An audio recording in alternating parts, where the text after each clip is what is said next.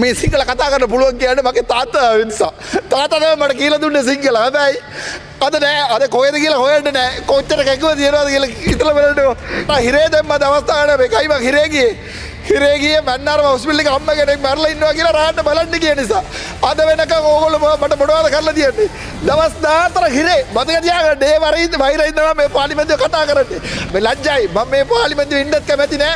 මේ රට ඉන්නත් කැමති නෑ. මං යනවා කොහොම හරි මේක දාලා.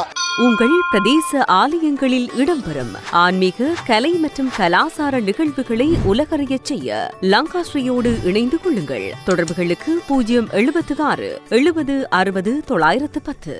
இன்றைய தினம் கார்த்திகை மாதம் எங்களுடைய தேசத்தின் தெய்வங்களை நினைத்து கொண்டு நான் உங்களுக்கு ஏற்கனவே இன்றைய தினம் சுகாதாரத்துறையிலே இந்த கடைசி கதை, அதாவது வந்து இந்த பிலிதுரு கதை மாதிரி அந்த கடைசி சமரியை பண்ணுவதில் மிகவும் சந்தோஷம். என்னென்றால் முக்கியமாக வருவோம் 2 விடயங்களை சொல்ல வரேன். நான் இந்த மருத்துவத்துறையில் இந்த கடைசி கதையை எனக்கு சொல்ல வரத்துக்குரிய எனக்கு சிறப்பு என்னென்றால், எனக்கு சந்தோஷம் என்னென்றால், முதலாவது நான் ஒரு வைத்தியர், அதில் நான் எனக்கு பெருமை. 2வது அதே மினிஸ்ட்ரியில் நானும் வேலை செய்திருக்கிறேன், உங்களுடைய மினிஸ்ட்ரியில் வேலை இருக்கிறேன். 3வது இலங்கையில் முதலாக ஒரு சிலோன் மெடிக்கல் ஸ்கூல் வந்தது, கிரீன் மெடிக்கல் ஸ்கூல் என்று சொல்லி மேனிஃபாயில் இருக்கிறது. அதை விக்கிபீடியாவில் பார்க்கலாம். சாமுவேல் ஃபிஷ் கிரீன் என்று சொல்லப்படுவர் தான் அந்த முதல் ஸ்ரீலங்காவின் 1848 ஆண்டு முதல் சிலோன் மெடிக்கல் ஸ்கூல் வந்தது. ஆகவே நான் நினைக்கிறேன் அது வந்து ஒரு வரலாற்று முக்கியத்துவ இடம். அதை நீங்கள் பாதுகாத்தால் சந்தோஷம். நான் ஒரு பேச்சுக்கள் சொல்லுகிறேன். 2வது நாங்கள் எல்லாம் தமிழுள்ள மருத்துவ பிரிவால் ட்ரீட் பண்ணப்பட்ட ஆக்கள், அதையும் சொல்லிக்கொண்டு 3வது வடக்கு மாநிலத்தில் இதுவரைக்கும் உங்களுக்கு 5 சுகாதாரம் சம்பந்தமான குறைபாடுகளை சொல்லியிருக்கேன்.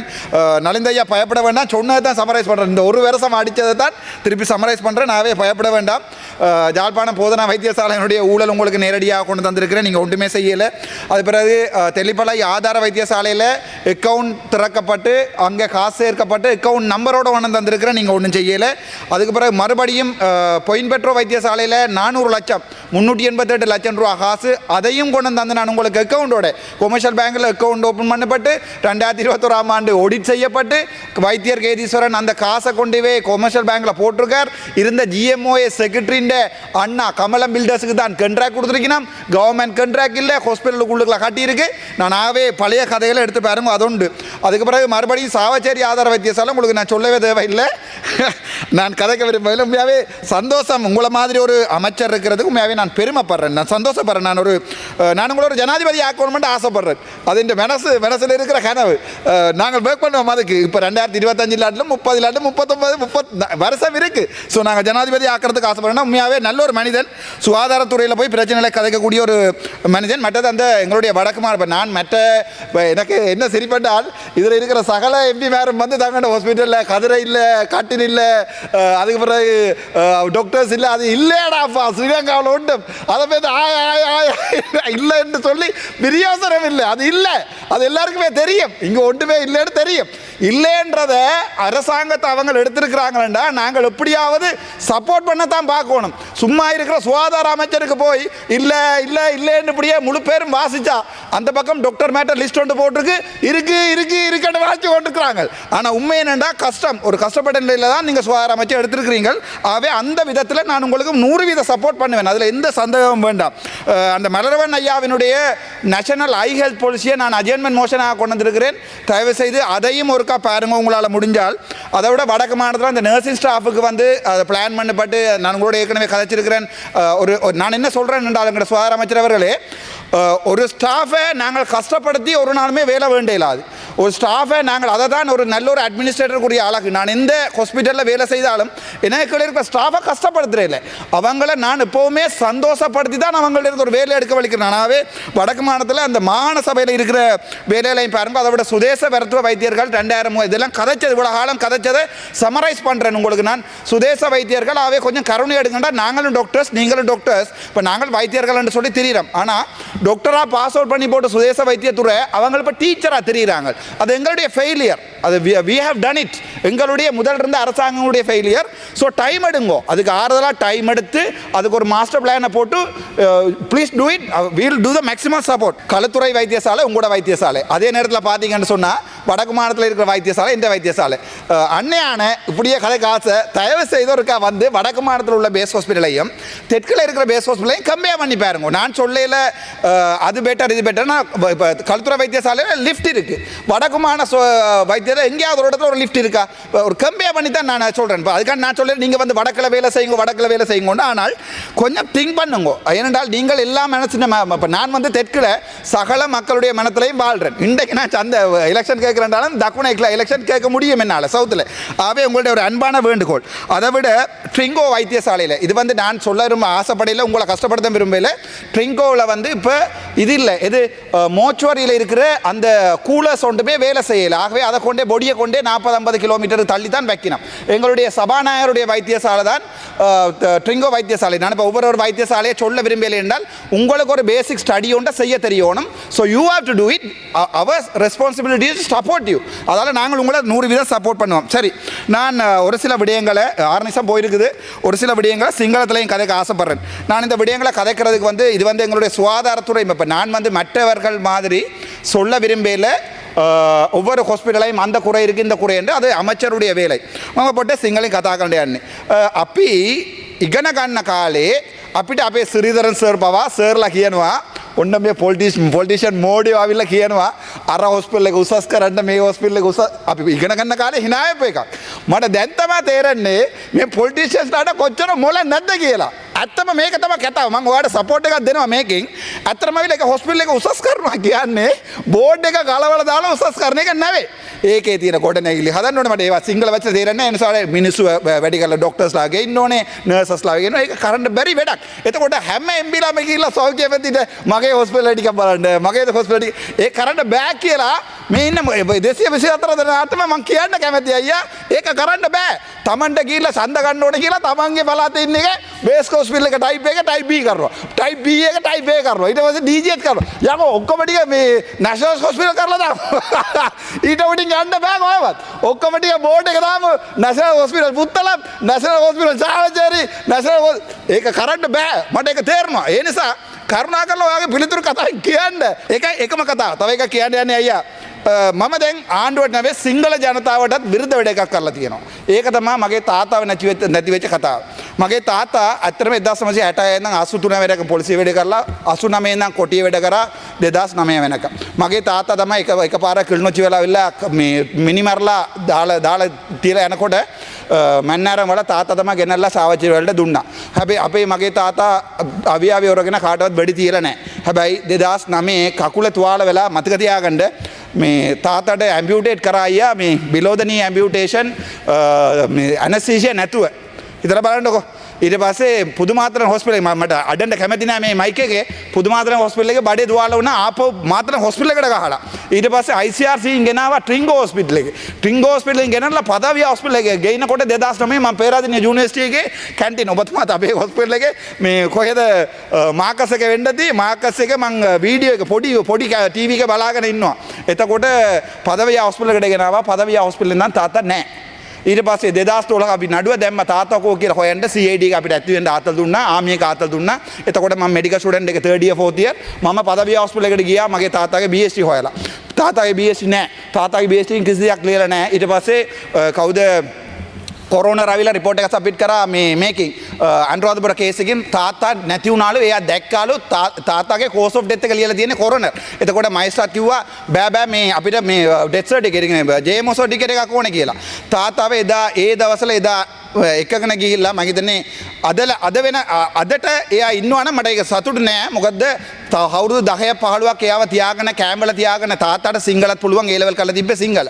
තාත්තා සිංහල ජනතාවට ආදරේ. හැබැයි අපේ ජනතාවට අපි ආදරේ අයියා. ඒක මං කවදාවත් කියන්නේ නෑ මගේ ප්‍රභාකරන් දෙයියෝ නෑ. එහෙම කියලා කියන්න බෑ. මම මගේ ජනතාවට ආදරේ වෙන්න බෑ. ඉතින් මම දමනනේ අයියා. ඒ නිසා තාත්තාව එකකන ගියා. හැබැයි මම මේක ජනතාවට කියන්නේ මං සම්පූර්ණම සිංහල ජනතාවයි මං ඇත්ත කියන්නේ. මම ගිය සැරේ ගියා මගේ තාත්තාගේ ප්‍රශ්න මං හැමතැනටම ලංගාව හොයලා බලුවා තාත්තා නැහැ. හිතලා බලන්න ඔයාලට අම්මා තාත්තා ඇතිනේ. එතකොට වෛරයක් එනවනේ මගේ තාත්තා කෝ කියලා. ඔයාලට කොටි වුණාට මට මගේ තාත්තා. ඒක මතක තියාගන්න. ඒ නිසා මම ගිහිල්ලා ICJ එකයි ICC එකටයි කම්ප්ලයින් එකක් දැම්මා මගේ තාත්තව හොයලා දෙන්න කියලා. මම අතනින් ගිහිල්ලා මම සාක්ෂි දුන්නා මගේ තාත්තා නැහැ කියලා. අනුරාධපුර මැජිස්ට්‍රේට් දැන් කියනවා කෝ කියලා දන්නේ නැහැ කියලා. මම මේක සිංහල ජනතාවට කියන්න ඕනේ. සමහර වෙලාවට සිංහල ජනතාව පස්සේ මේක දැනගත්තොත් මේ බලන්නකෝ අපේ විරුද්ධව මෙයා වැඩ කරලා හැබැයි අපේ සිංහලෙන් ලස්සනට කතා කරලා අපේ රවට්ටුවා කියලා කියන්න පුළුවන්. ඒ නිසා මට දැනගන්න ඕනේ මට තාත්තා කෝ කියලා. අඩුමගාන තාත්තා මරලා තිබ්බා නම් අද මම ආවිල්ලා මේක හින්නවා කියන්නේ මේ සිංහල කතා කරන්න පුළුවන් කියන්නේ මගේ තාත්තා නිසා.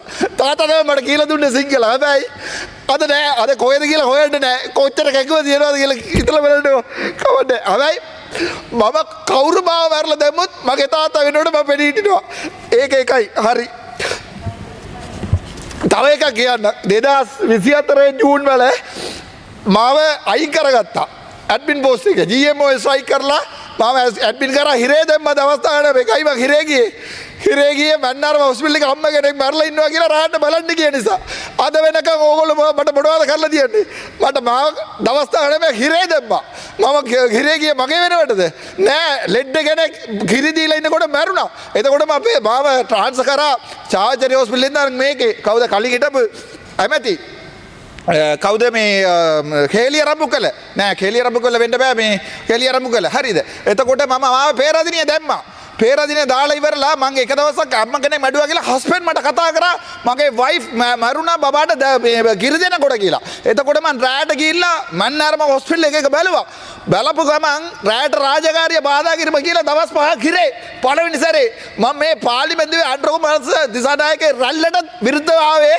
ඒ නිසා ඊට පස්සේ ආයේ හොස්පිටල් එක වංජා සූචන තියෙනවා කියලා මම ඩොකියුමන්ට් එළිය දැම්මා කියලා දවස් 14 හිරේ මතක තියාගන්න ඒ වයිරේ ඉන්නවා මේ පාර්ලිමේන්තුවේ කතා කරන්නේ හැබැයි ඒ කාලේ ඔයගොල්ලෝ මට මොකද කරන්න තිබ්බේ BOP කරන්න තිබ්බා මම දවස් 10 හිරේ BOP ගාලා නෑ ඉංගොරි වට්ටම් ගත්තා දැන් කවුරුද්දක් ඔයගොල්ලෝ ඉංගොරේ කරාද නෑ ලැජ්ජයි මම මේ පාර්ලිමේන්තුවේ ඉන්නත් කැමති නෑ මේ රට ඉන්නත් කැමති නෑ මං යනවා කොහොම හරි මේක දාලා ඒක හේතුව ඒ කාලේ ඕගොල්ලෝ මට VOP ගාලා තිබ්බාට මේ නඩුව නෑ දැන් ඕගොල්ලෝගේ AG ඇවිල්ලා කියනවා මම තාම සර්විස් එක ඉන්නවා කියලා කොහමද අයියා මං දවස් මාස එකමාරක් හොස්පිටල් ආවේ නැත්තම් BOP ගෙව්වේ නැත්තේ ඇයි අද වෙනකල් මාස 3ක් පඩි දැම්මා අයියා ඇත්ත කියන්න මං කවදාත් මේ පාර්ලිමේන්තුවේ යනකොට අර ජරා MB කියලා විදියට යන්න බෑ මට මං ඔබතුමාට අවිල්ලා කතා කරලා ඒ සල්ලි ආපහු දැම්මා එතකොට සල්ලිත් ගෙවන්න නැතුව මට සල්ලිත් දාලා ඊට පස්සේ VOP ගහන්න නැතුව ඒ නඩුව තියෙනවා දැන් ඒ නඩුව ආණ්ඩුව පාවිච්චි කරනවා මාව එළියට දාන්න ඔබතුමාට අදටත් පුළුවන් මට VOP ගන්න අයි මම මාසෙකමාරක් හොස්පිටල් ආවේ නෑ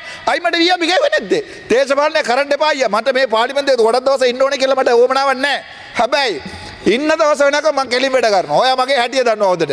ඉන්න දවස් වල වෙනකම් මම ඇඩ්මින් වැඩ කරා.